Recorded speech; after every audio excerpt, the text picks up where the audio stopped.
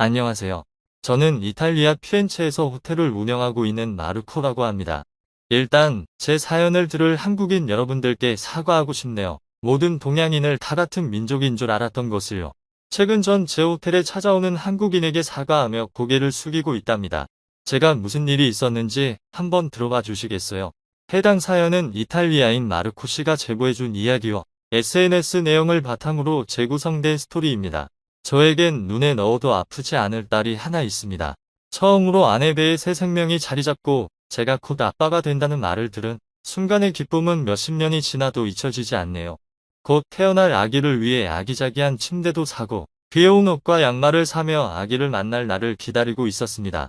하지만 행복은 오래가지 못했죠. 출산을 앞두고 마지막 검진을 위해 병원으로 향하던 길이었습니다.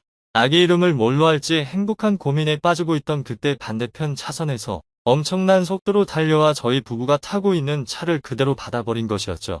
엄청난 굉음과 함께 정신을 잃고 난 뒤 눈을 뜬 곳은 병원이었습니다.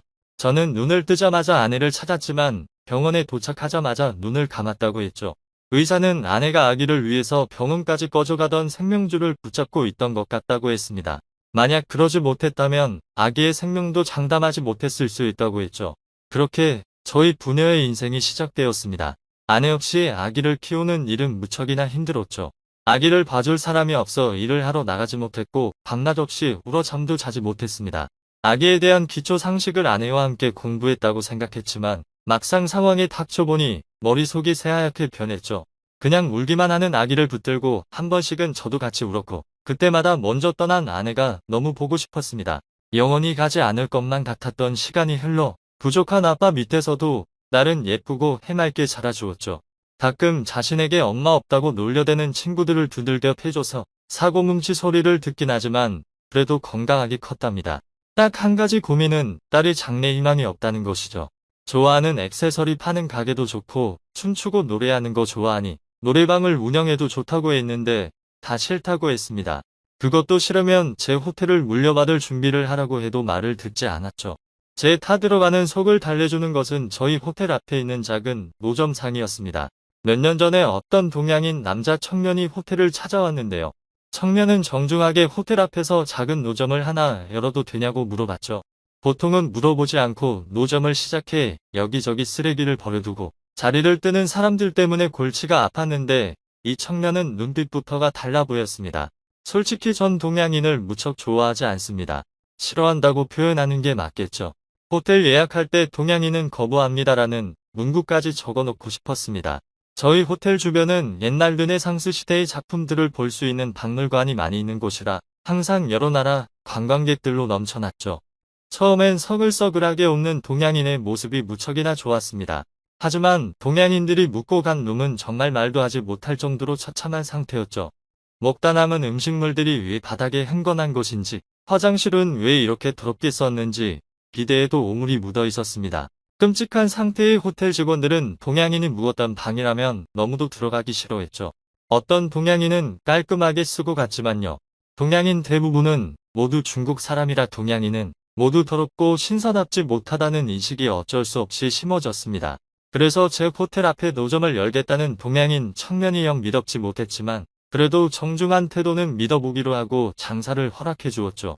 그리고 때때로 청년이 하는 노점에 들려 샌드위치를 사 먹곤 했습니다. 모르는 사람에게 속 이야기를 털어놓는 게 세상에서 제일 쉬운 일이라던데 저도 모르게 청년에게 제 속에 있는 이야기를 하게 되더군요. 저와 딸이 살아왔던 이야기, 제가 호텔을 딸류가 때문에 세웠다는 이야기 등등 남에게 쉽게 하지 못했던 이야기를 했습니다.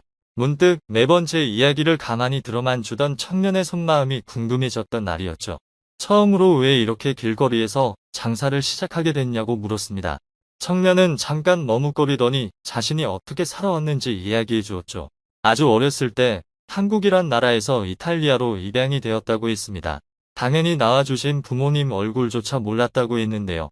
한국 기관에선 제 행복을 빌어주며 이탈리아로 입양을 보냈지만 어린 나이에 맞닥뜨린 이탈리아는 너무도 무서운 나라였다고 했습니다.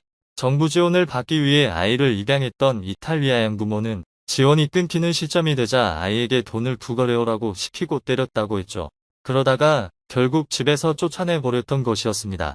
가진 돈도 얼마 없어 일용직으로 근근히 일을 하다가 허리가 좋지 않아 일을 자주 못 나갔다고 했죠. 그래도 먹고는 살아야겠기에 출퇴근에 제약을 받지 않고 몸에 따라 오픈을 정할 수 있는 자영업을 하기로 마음먹었지만 가게를 얻을 돈은 없어서 작은 노점으로 시작 중이라고 했습니다.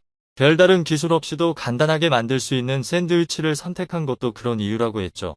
무언가 가슴 아픈 사연이 있겠다고는 생각했지만 굳이 겪어도 되지 않을 슬픔까지 겪었던 청년이 안쓰러웠습니다. 한편으론 어떻게든 혼자서 살 궁리를 하는 청년이 대견스럽기도 했죠. 동양인이라도 다 같은 동양인이 아니고 이탈리아로 입양 왔어도 본래 성격은 변하지 않는구나라는 생각까지 들었습니다.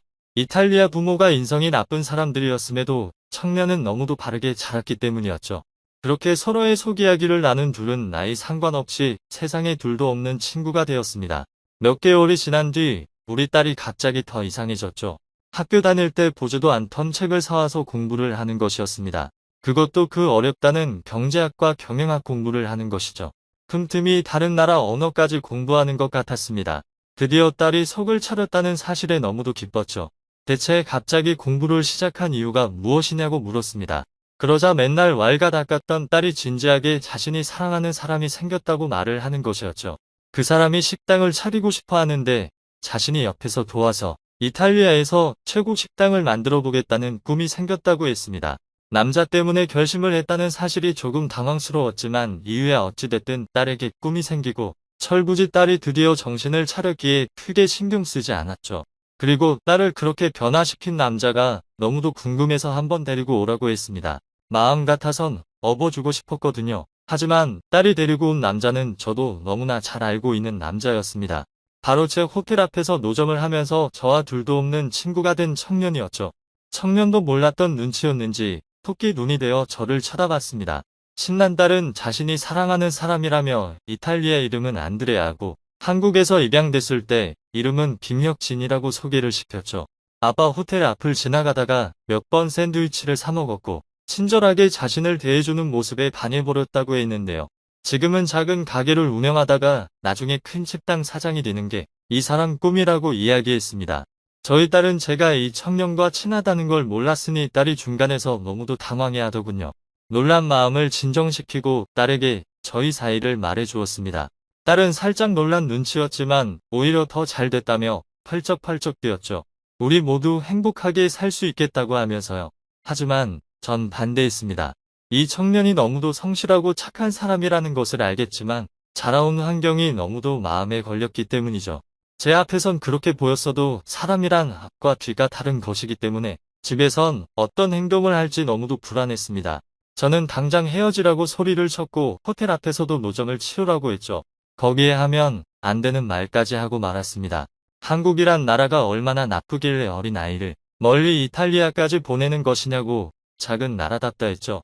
중국인들처럼 똑같이 더러울 것이라는 말까지 덧붙여버렸습니다. 딸은 어떻게 그런 말을 하냐면서 청년을 데리고 집을 영영 나가버렸는데요. 며칠 동안 전화도 받지 않았죠. 혹시나 하는 마음에 가본 청년의 노점도 문을 열지 않았습니다. 하루하루 피가 말라가던 때에 드디어 딸에게 전화가 왔죠. 자신은 청년을 따라서 한국으로 갈 테니 다시는 찾지 말라고 했습니다. 청년은 문자로 너무 죄송하지만 한국의 친부모에게 연락이 와서 들어가던 찰나에 카밀라가 같이 동행했다면서 걱정하지 말라고 했죠. 하지만 그 문자 한 통에 잠자코 있을 제가 아니었습니다. 저도 무작정 한국으로 따라 들어가려고 했지만 한국이 바로 옆 동네도 아니고 어쩔 수 없이 기다려야 했죠. 다행히 한국 청년은 자신 휴대폰으로 한국 서울 어디에 있는지를 알려주었습니다. 며칠 뒤 딸을 만나면 당장이라도 머리채를 끄집고 한국 호텔에 며칠 두었다가 다시 집으로 올 생각이었죠. 직항 항공편이 없어 20시간이 넘도록 비행기를 타고 도착한 한국이란 나라는 뭔가 제가 생각했던 이미지와는 조금 달랐는데요. 청년이 알려준 주소로 가기 위해 공항 밖을 나서는데 무척 깨끗한 느낌을 받았습니다. 길거리에 쓰레기통이 없었는데도 말이죠.